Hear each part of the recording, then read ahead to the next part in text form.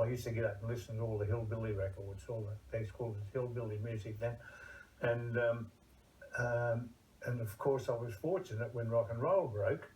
They were all country singers, Conway Twitty, Jerry Lee Lewis, Elvis Presley, Bill Haley. They were all country singers with this backbeat. And I thought, ooh, this is for Colin. They're singing cowboy songs with a backbeat. Bandstand was, of course, a show that got Australian entertainers known to families all over the country. And in fact, Bandstand became a family in itself, didn't it? Oh, it certainly did. The Bandstand family, held together by Hendo, Brian Henderson, and I met Hendo a few years back, and so we had. I got a phone call from somebody who said, because we got the phone on at home too. We were really posh. Oh, but this was our third house in the same street. Right. Every time the rent had come, we'd move. And so we moved up the road, we got a phone on, got a radiogram, a television, mate, we were so good. And you were on Bandstand, and that was playing in... No, well, he rang up and said, he said on television, he said, I'm getting calls in about this Col Joye and the Joy Boys. He said, but I don't know where to contact them. If you're listening, will you call me? So we did. And that was it. That was the start of a friendship that has gone on for 60-odd years. I played around and played around this old town too long. Summer's almost gone, yeah, the winter's coming on. I played around and played around this old town too long, and I feel like I've got to travel on. Geez, Hendo could move, and that... Oh, look at you go. And that other bloke was John Farnham. Yes. Yeah. Hendo, the shoes never left the feet.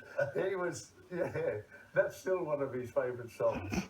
And lovely for you to reminisce and have a look back and see how magnificently John Farnham has done it. Oh, well, we took John out in his first tour, and that was different too for John, and because the Joy Boys were out there, they've changed the world. A lot of American artists come over, thought they were way out there and so forth. Then they met the Joy Boys and sort of brought them down to earth. And but John we took him out in his first.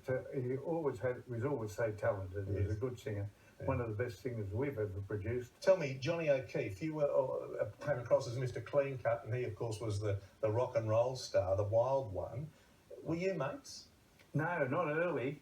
No, he was a wild one because he kept getting into trouble, and the papers used to put it in there, and because John, we didn't know what bipolar was in those days, and John was bipolar. He'd be good, and then suddenly he'd fly off the handle, and I just walk away because he was shorter than me. Did a friendship evolve though between the two? Later on, John got on his medication, was good, and we'd sit and laugh about all these things and some of the things, and I'd say, "What about when you did this?" And he'd say, some of them he remembered quite well. Well, let's roll tape again. Come on in, Alexander's ragtime band. Come on in, it's the best band in the land. Well, the Bee Gees, you had an involvement in their global success, didn't you?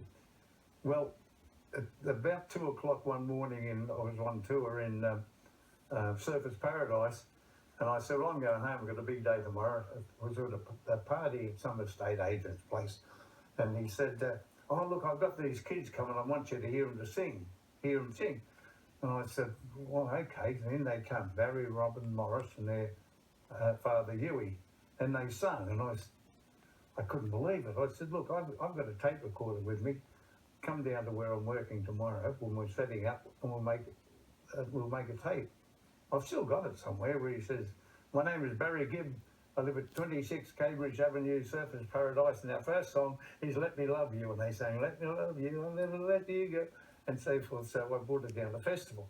I said, you've got to record these kids. I said, they're not good, they're great. And the publishers bloke said, no, we don't record groups, we don't do groups, they don't sell. So finally we got them on Spin Records, and of course I produced their early records, but I could never produce the sound that was in my head that I knew they were capable of. Anyway, long story short, they lived at my house for about 9 or 12 months or something because they had nowhere to live. We went out to a studio, which was an old butcher shop in Hurstville, and they had an old piano there, and it had about 4 notes that were in tune, and they played dong, dong, dong, donka, dong, dong, dong, and they sang Spicks and Specks and recorded it there. Now, you were one of the many performers, Australian performers, who went to Vietnam to entertain and lift the spirits of the Australian troops. Little Patty, of course, part of the tour. She was 17. But as I understand it, nothing could prepare you for what happened on August 18, 1966. You arrived and the Battle of Long Tan was about to begin. Yeah, it was a noisy night, and we did 3 shows. Did one for the company A went out as the other mob were coming in, and while they were coming in, we did one for the guys in the perimeter. So the fellas had just come in, we could only do a 20-minute show. We jumped in the personal APCs, went down to the helipad, and it rained like crazy. And like you can only see from me to you, it was very heavy rain. And I was sitting in the back of the carrier, and a fella came in and said, "Will you come and talk to the fellas in my truck?" And I said, "Oh no, we've got to get out of here." He said, "You can't take off, the choppers won't take off from this rain." And he said, "It'll only take a minute, yeah, come and have a talk to him." I said, "Well, all right." He said, "Hold on to my shirt." So I grabbed his shirt, and I'm running through the rain, and he said, "In here," and I jumped in the back of a Jeep, and he jumped on top, and a couple more jumped on top, and he said, "Go, driver." And they took off through this muddy yellow field. I don't know how it stayed on his wheels. Then we hit a road, and he said, "We're from Five Ra. We didn't get the show, so we've kidnapped you." And that's when the whiz-bang started going, Judy. And so Paddy and the boys got in the choppers, and the choppers took off. And you were there, left behind? Oh, I got left behind, yeah. So- I blame myself, because we sung Bye Bye Baby at every show, and I think the Viet Cong was sitting out there singing, "If he sees that bloody Bye Bye Baby again, we're going to have an attack on him." Oh, that's it, go. Oh, that was God. on. It's time, campaign to get Gough Whitlam elected Prime Minister. Yeah. You remember that? Oh, that was really something. That was really incredible. I loved Mr. Gough. I thought he was fantastic.